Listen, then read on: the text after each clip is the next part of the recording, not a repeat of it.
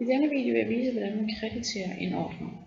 Hvis vi tager udgangspunkt i en ordre, som vi oprettede og behandlede i videoen ordre, klikker man inde på ordren, som står til afsluttet.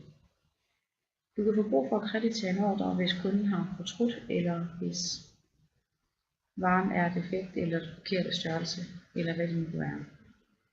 For at kreditere en ordre, klikker du i den grønne felt kreditnota,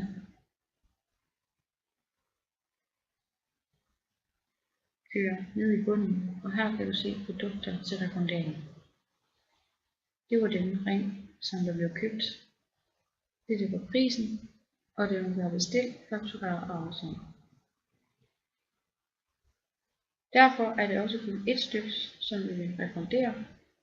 Prisen var altså 549 minus rabatbeløbet, som altså bliver til 439,20.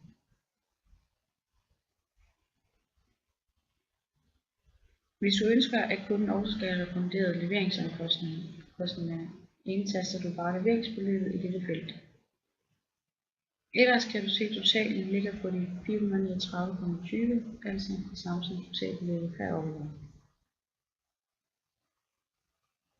Når du er sikker på, at det er det rigtige beløb, som der bliver refunderet, klikker du på offline refundering.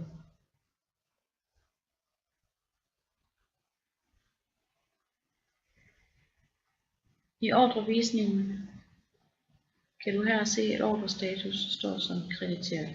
Dette betyder, at pengene er gået tilbage på kundens konto, og varen er røget tilbage på lager, og du har nu krediteret din ordre.